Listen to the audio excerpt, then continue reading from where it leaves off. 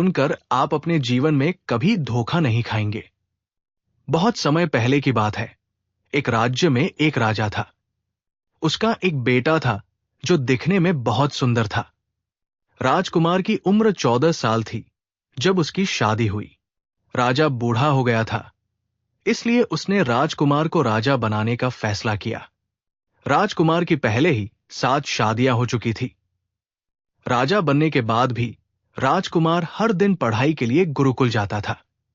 एक दिन जब राजकुमार गुरुकुल जा रहा था तो उसे रास्ते में एक पनिहारिन मिली।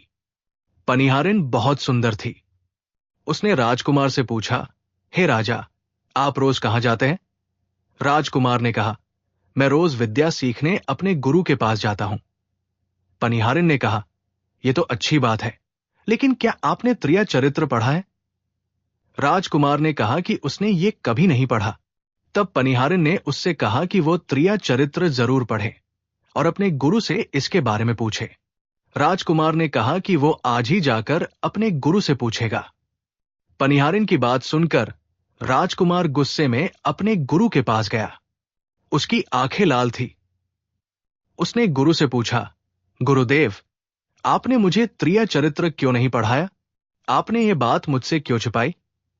गुरु ने कहा, बेटा, तुम त्रिया चरित्र नहीं पढ़ पाओगे क्योंकि इसे पढ़ना खतरे से खाली नहीं होता है और इसमें तुम्हारी जान भी जा सकती है। राजकुमार ने कहा, गुरुदेव, आप इसकी चिंता न करें, मैं खुद इस राज्य का राजा हूं। राजकुमार की जिद सुनकर गुरु मान गए और उसे त्रिया चरित्र पढ़ाने लगे। राजकुमार को त्रिया चरित्र पढ़ते पढ़ते 1 साल लग गया। 1 साल बाद गुरु ने कहा, बेटा, अब तुम्हारी पढ़ाई पूरी हो चुकी है। अब तुम घर जा सकते हो और आज से अपने राज्य को चला सकते हो। अब तुम्हें यहां आने की कोई जरूरत नहीं है। जैसे ही राजकुमार जाने वाला था, गुरु ने उसे रोक लिया और कहा, बेटा, मैं तुम्हें एक ऐसा यंत्र देता हूं। जब तुम इसे अपने कानों में लगाओगे तो कोई भी तुम्हें पहचान नहीं पाएगा और तुम उसे पहचान लोगे।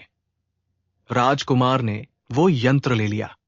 गुरु ने कहा, तुम इस यंत्र को ले जाओ और आज रात 12 बजे अपने महल से निकलकर जंगल की तरफ पूर्व दिशा में जाना। जब तुम पूर्व दिशा में जाओ तो ये यंत्र अपने कानों में लगा लेना और वहीं खड़ा हो जाना। राजकुमार मान गया। राजकुमार महल की ओर चला गया। रात के 12 बजे जब उसकी 7 पत्नियां सो गईं, तो राजकुमार यंत्र लेकर महल से जंगल की तरफ निकल पड़ा। वो जंगल में पूर्व दिशा की ओर गया और अपने कानों में यंत्र लगाकर खड़ा हो गया।